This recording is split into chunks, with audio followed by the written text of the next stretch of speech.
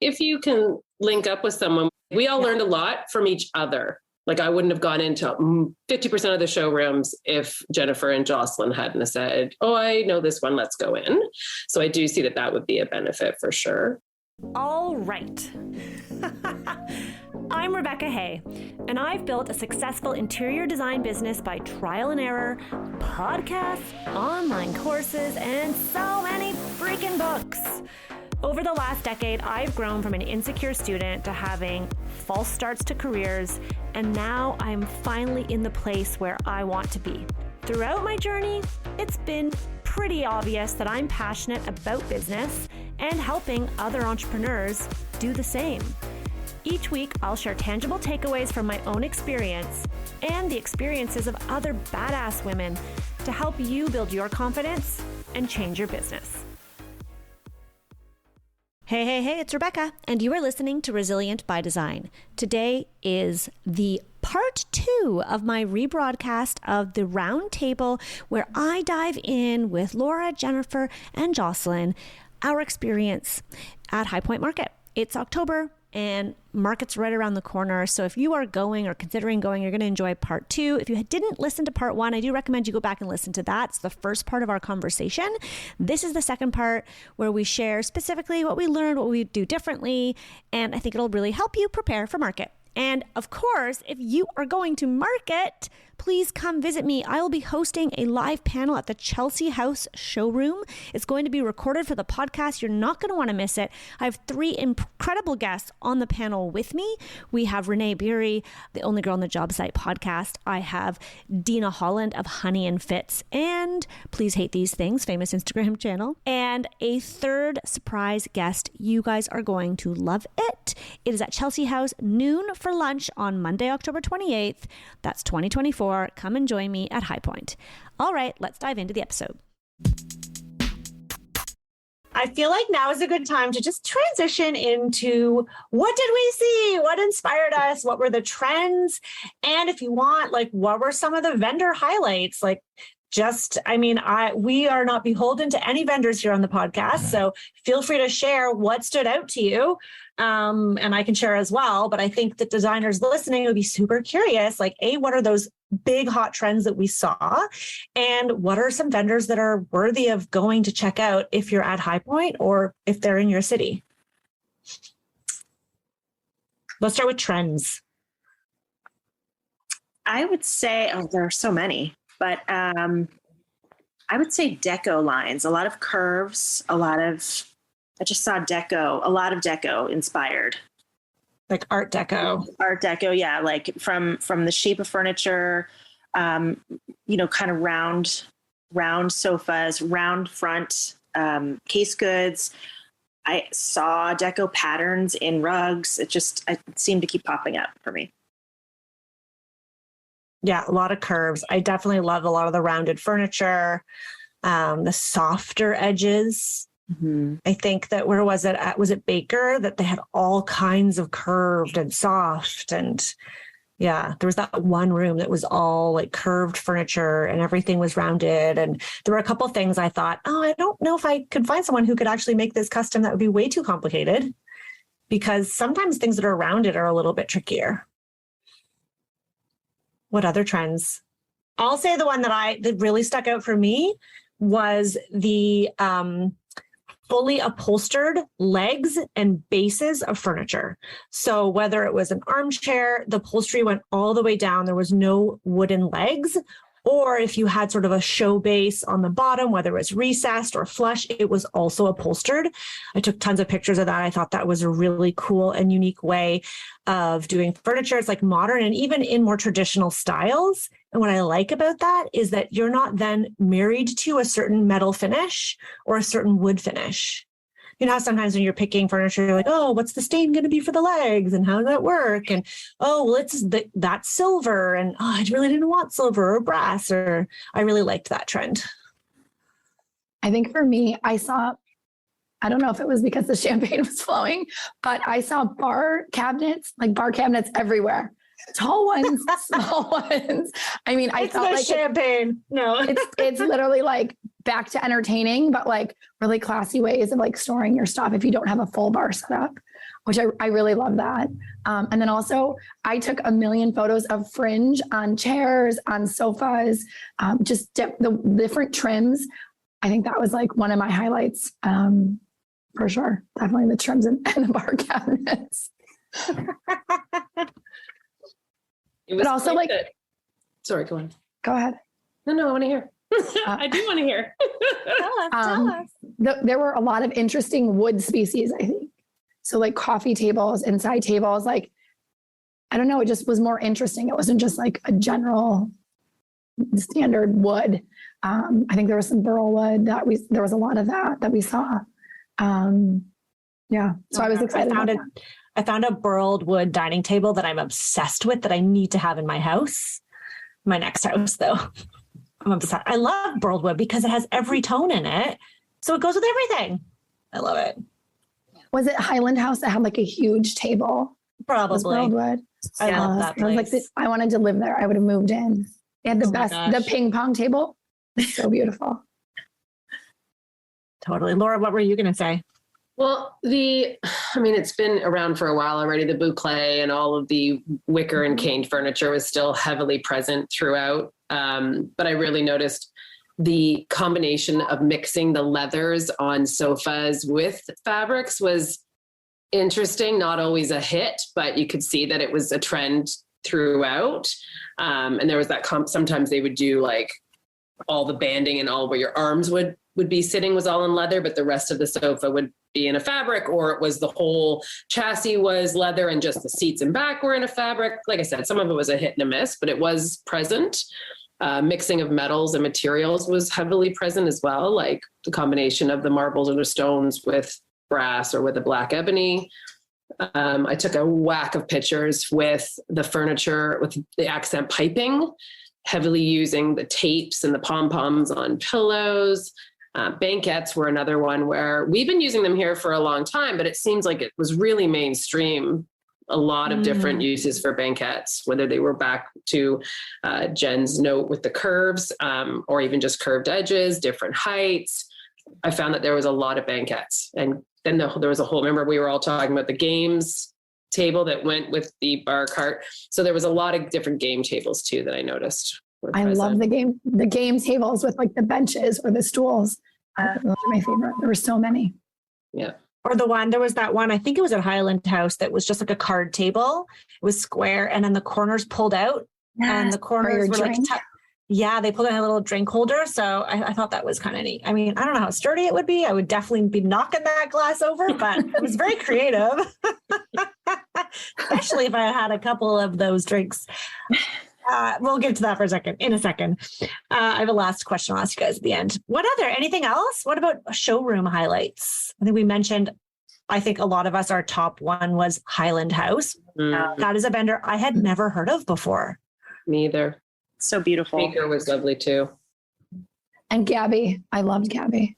Gabby Home. Woodbridge. Yeah, Gabby had a beautiful showroom. I was almost more enamored with the showroom than the pieces. I don't even really remember the pieces of furniture, but I remember the showroom. They had so many beautiful vintage pieces that they had incorporated, which I really loved. That was really awesome. It's also great marketing. Have a drink first, come in, and it really slowed us down, right? Like you actually, with this drink, it slows you down to stop and look and enjoy their space. It was really smart to have that element so that you are not just zipping through and missing half of it, because they had so much to offer at Gap. It was so much that if and you live music, remember? Yeah. Live music, like live folk music. It was like so folky and chill. And live birds. And the birds. Dead birds. Taxidermy. There was a whole trend I left out of my highlights. Stuffed animals, like not the toy ones. And Jen, I have the best picture of you. You're holding your drink up to the buffalo head, and it looks like he's drinking out of the straw. It's so funny. Send it to me. That's really funny.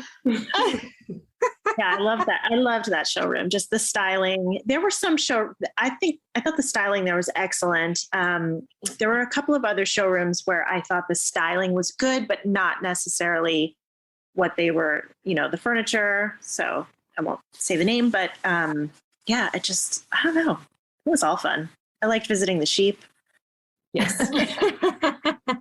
Where were the sheep? The Do you remember sheep the name of were Interlude, I think. Interlude. Interlude. Yeah. We didn't actually go into that showroom, did you? I just needed to see the sheep. I didn't Just saw the sheep. I didn't even have an interlude in Interlude. And I have to say, the sheep were actually more comfortable. I'm shocked by it. I didn't believe you, but they are comfy. I still wouldn't put one in a project. Let's see. TBD. Also, I feel like lighting, like there's just such incredible opportunity to see lighting in person, like from visual comfort to flow decor to what's the other Hudson Valley, Hinckley, like and then all kinds of other smaller shops. There was that one. What was it? Port 68. Oh, Is that what it was called? That had those like beautiful lamps, like table lamps. It was over, and then that lantern place. I don't remember the name of it though. That has gorgeous big lanterns. What was the plaid? Yeah, I have a picture of it. Rebecca, I can send it to you. I have a photo. I have a picture of it too. Yeah, that was lighting. Like so many really great. I don't know, great new lines too. Mm-hmm. Yeah. Anything else? Did we miss anything? That little French place we stopped in was nice. It was a small one on a side. We went into Ollie. Yep. And then we stopped into that one that had the swan boat, and they had a bunch of old doors, and I really like doors and kind of reproductive antiques. That was I forgot about that one. Nice things in there. I think it's called. I'll find it. Eloquence, maybe?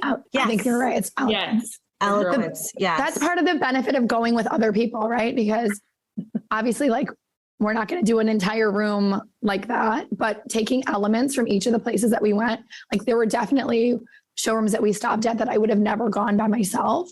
But having like you guys with me, I was like, I could incorporate some of this into my designs, things that I wouldn't have stopped in initially if it was just me by myself. Yeah. We haven't even touched on art, but there were so many beautiful art showrooms that like we were in there for hours, and there was like many pieces that were dynamite. Yeah, Wendover was great. They had tons of especially I think for Canadians. I don't know for Americans, but I don't feel that we have great access to art here unless it's an original, which is wonderful, but not every project has the budget to do all original art.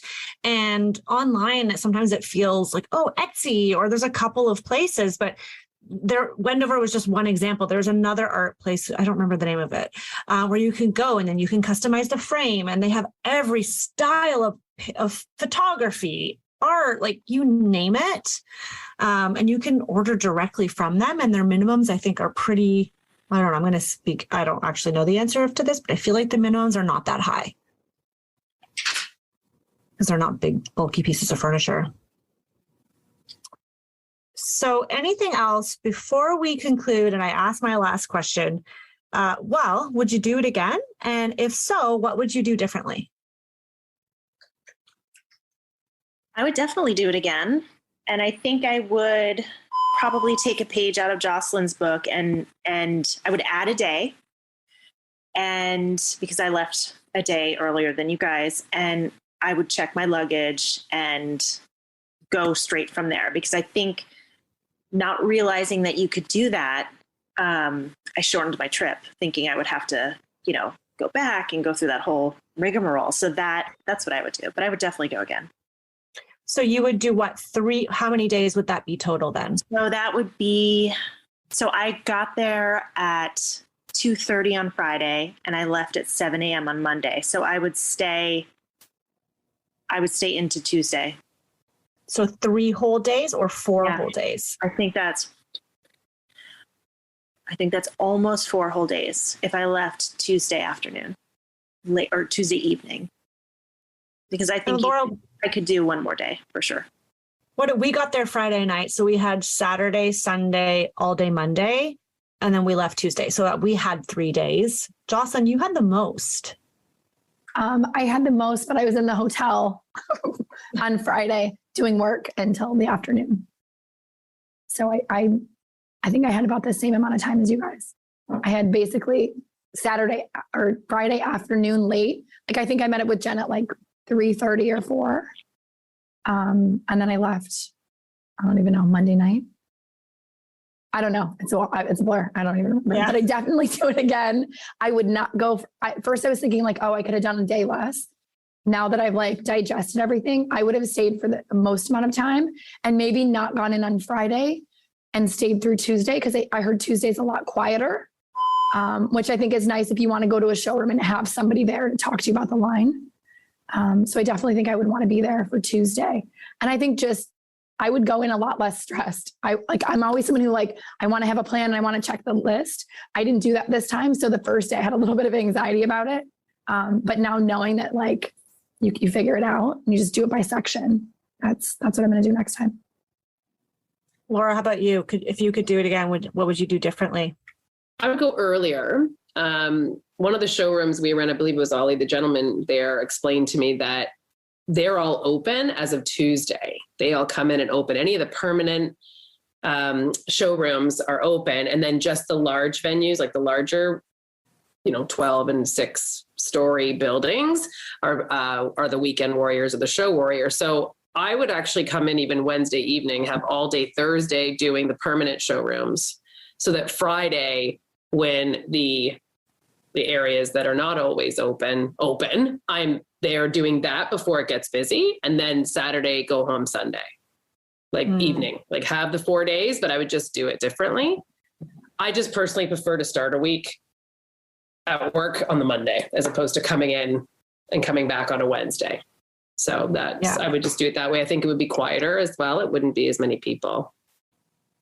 I definitely think you need to schedule in like a decompression day, because I came back home and went straight to site visits on Tuesday morning and kids and life. And I was like, by Friday, I thought I was I think I did melt down Friday night.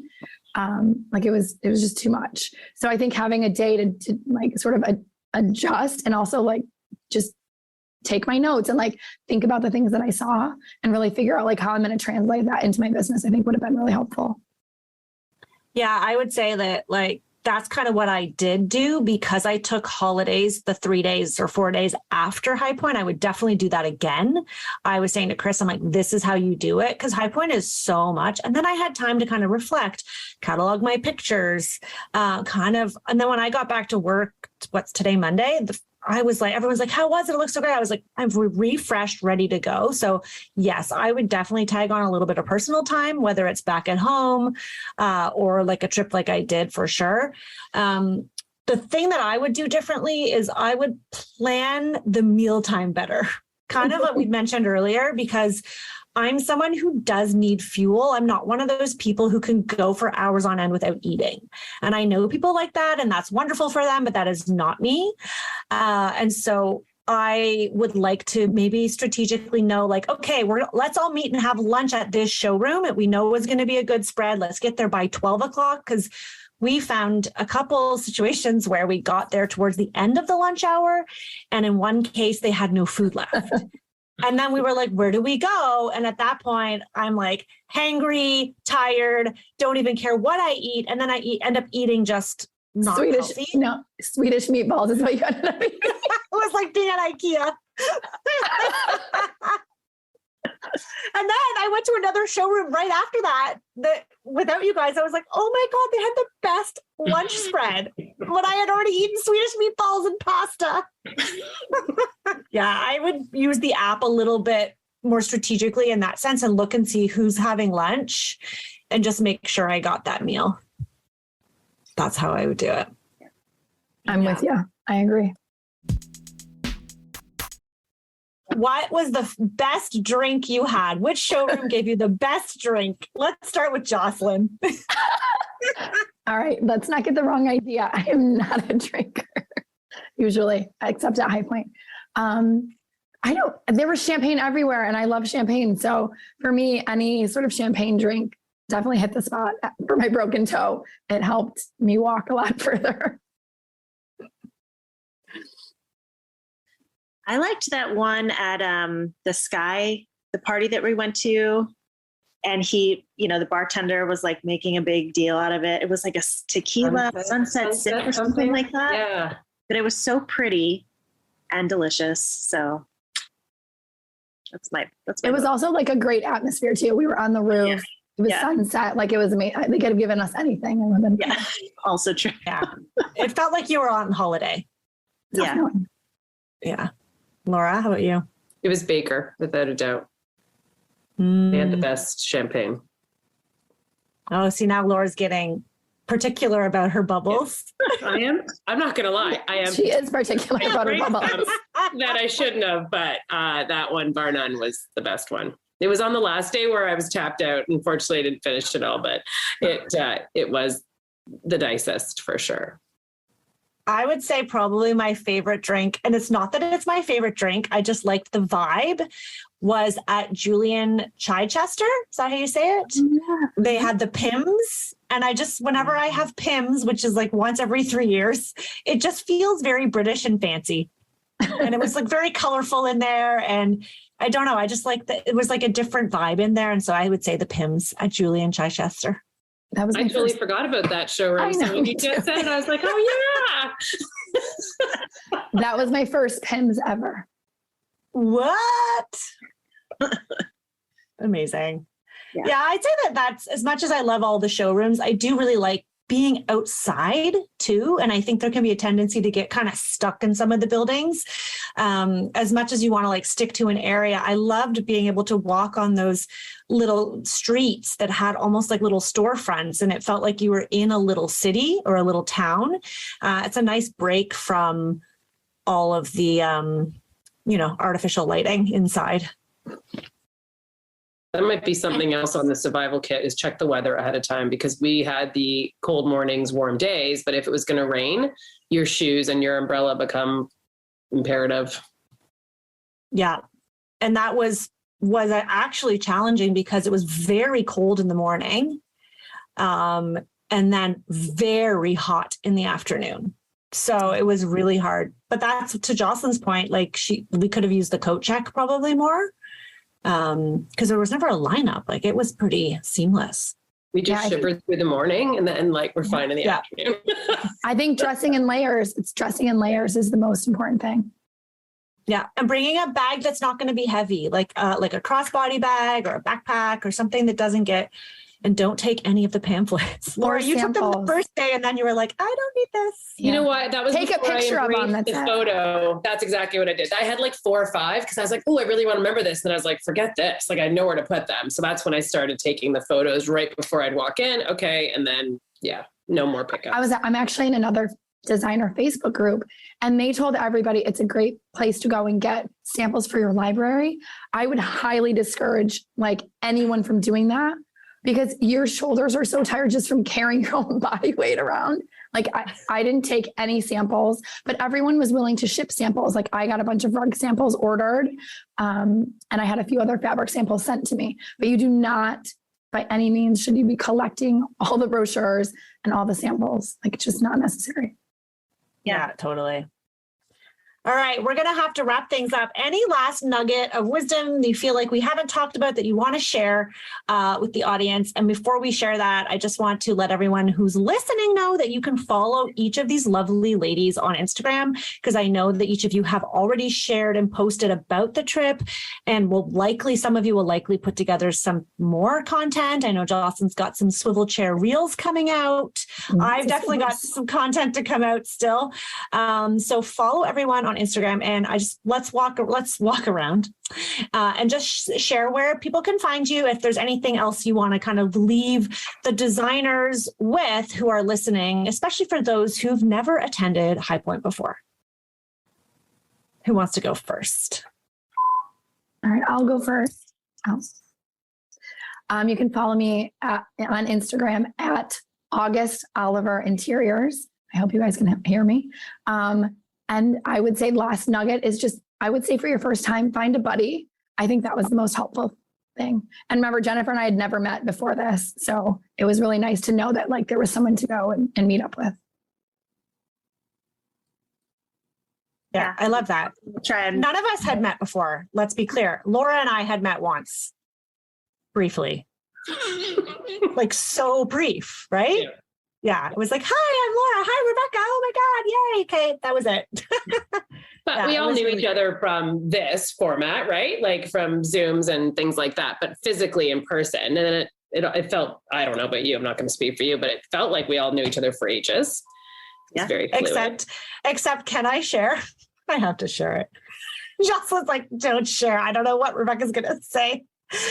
That we felt like we all had a good sense of each other from our designer's room, like our monthly calls. However, Jocelyn had a very different impression of Laura from our Zoom calls than in person. Does anyone want to share?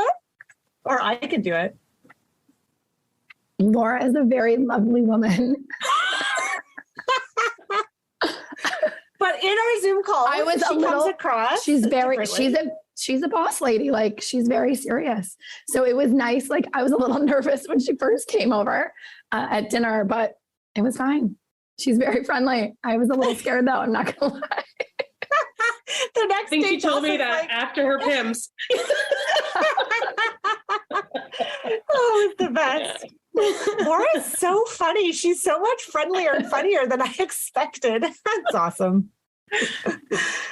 Oh, okay. Anyhow, like crying tears of laughter. Try to keep that in. I wasn't sure where you were going with that. I was like, oh God. Yeah. She did tell me that. I thought you were a little scary. Okay. Just serious. That's it. Serious. Because Laura always has such great advice in our calls. And she's like she's all about the business, which is amazing. Right. Yeah. But she's also really funny. We all laughed a lot. I have to say, I laughed a ton with you guys. And Laura, you and I had such a bumpy arrival. Oh yeah. Airplane. The rest of my flight was fine. I shouldn't say that. It got worse. I actually flew home Sunday, and when I got to the airport, they didn't have my flight. And they said, oh, we thought you were already home. I'm like, no, right here.